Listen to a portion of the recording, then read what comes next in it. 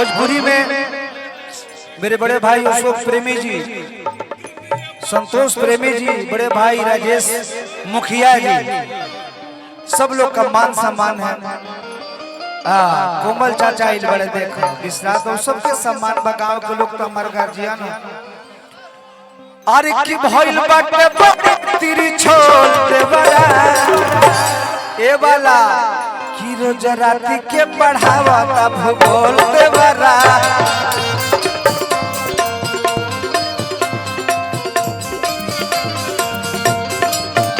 अरे दुनिया बतावेला भूगोल दे बड़ा, दुनिया बतावेला भूगोल दे बड़ा, रोज राती के पढ़ावेला भूगोल दे बड़ा। हमारे कोचस से नेताजी अरविंद बाबू को से लाखों हेलो थोड़ा मंच खाली होते है देखो हम हो गाले। अरे रुक थोड़ा मंच अनिल खाली खाली एक दो गीत गाता हूँ, थोड़ा गांव में हूँ न तो गांव के लोगों को सुनने को मिलता कहाँ है भाई। ए भाई प्लीज प्लीज मंच खाली करो, लड़की आ जाओ सब, किसी को मंच बनाना मत टिंकू। गांव के लोग सुने खाती बेचैन लगी प्रमोदवा का कबो कार्यक्रम सुनती। अच्छा अरे की कोती खेला जुआ डरेला कि बाबे बोलो मुआ पहाड़वा में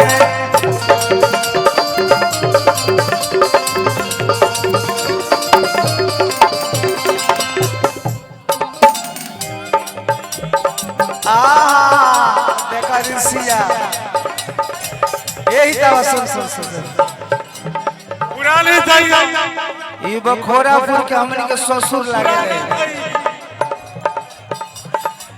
ये बखोरापुर में हमारा नगेंद्र छोट भाई और ससुरारी है। यही तो का करवे छोटू भैया।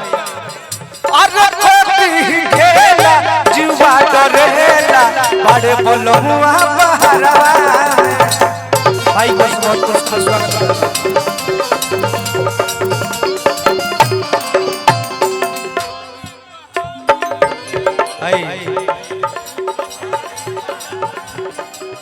आज कौनो बहाना होले भौजाई आई जाता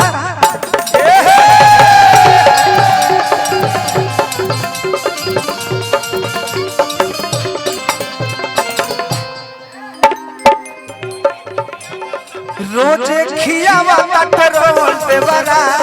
रोजे खियावा कटरोल दे बरा, रोज राती के पढ़ावेला भूगोल दे बरा, रोज राती के पढ़ावेला भूगोल दे बरा। एगो गाना भी हम कॉले रहन हाले में मुखिया भैया हमारे बड़ भाई हमें हमनी के 7 भाई बानी जा, 7 भाई में सबसे बड़ा ये हमें राजेश मुखिया जी, ओकरा बाद संतोष भैया बाड़े, अशोक भैया बाड़े, ओकरा बाद हम बानी, ओकरा बाद एगो चितरंजन बा, एगो छोट भाई श्याम बा, पवन बा। 7 भाई के हमनी के आज ये परिवार के हमारे बाबा तूफानी यादव जी, बाबूजी परशुराम यादव जी, विश्वनाथ यादव जी, चाचा के नाम रंजीत यादव, और ये परिवार के हमनी के ऐसे तो हमारे चाचा लोग 6 जना बालो, एक जना करिया जी बाड़े, सुजीत सजीत बाड़े और गोरखचा बाड़े। हमनी के हालांकि परिवार बहुत लंबा बा, बाकी सबके प्यार मिलेला। बाकी वो गीत गाइबे बबुआ रुका हो हेलो लगौले रह कर आवाज। अरे कि दोसरा के बल पर अरे काला बनाई ले किसे हवे सोना हमियो केल भरी आई ले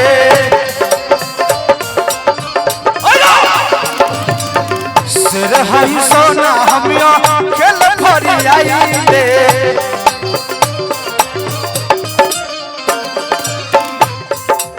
शासन पर शासन हम पीछे में घुमाई ले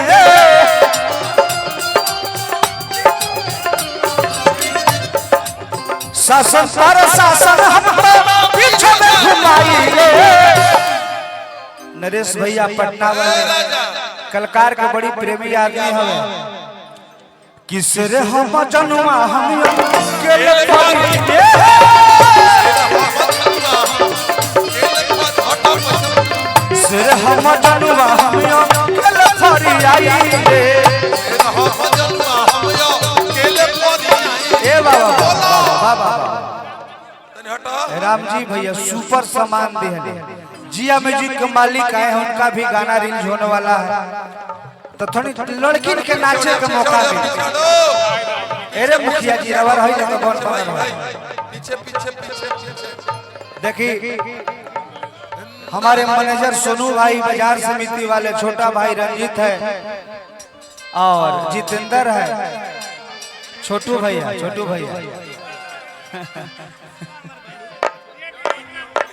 हमनी के बड़ भाई है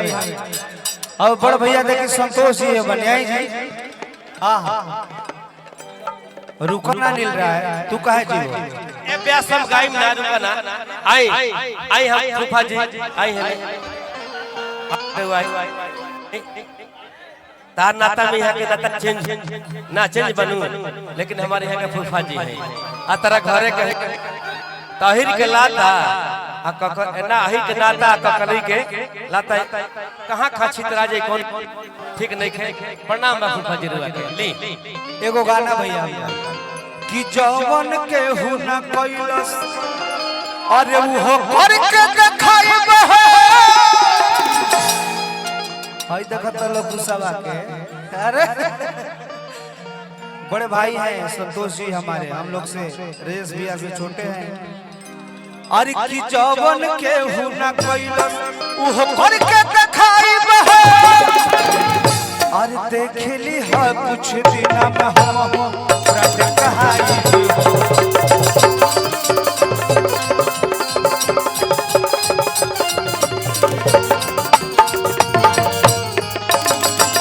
अरे जवन के हु न कइलस वो करके देखाइब देखली है कुछ दिन में हम रट कहाई हमारे टीकू भाई उमेश जी मुकेश जी राजू भैया सब लोग टीम के मेंबर है दारू पहलवान जी छोटा भाई नागेंद्र है पिंटू है ये जगावे के नाम मिली बस खाली हल्का हल्का गावे छोटा भाई आनंद है राजू भैया फिर हटे तब थोड़ा फिर हटे टिंकू मैं गाता फिर हटा इसका आवाज क्यों कट रहा है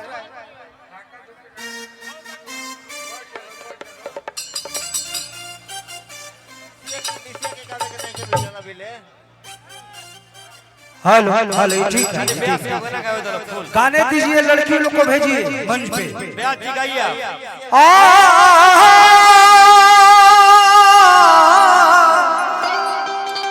ए ज्योति पैसा नहीं दे रहे अभी हो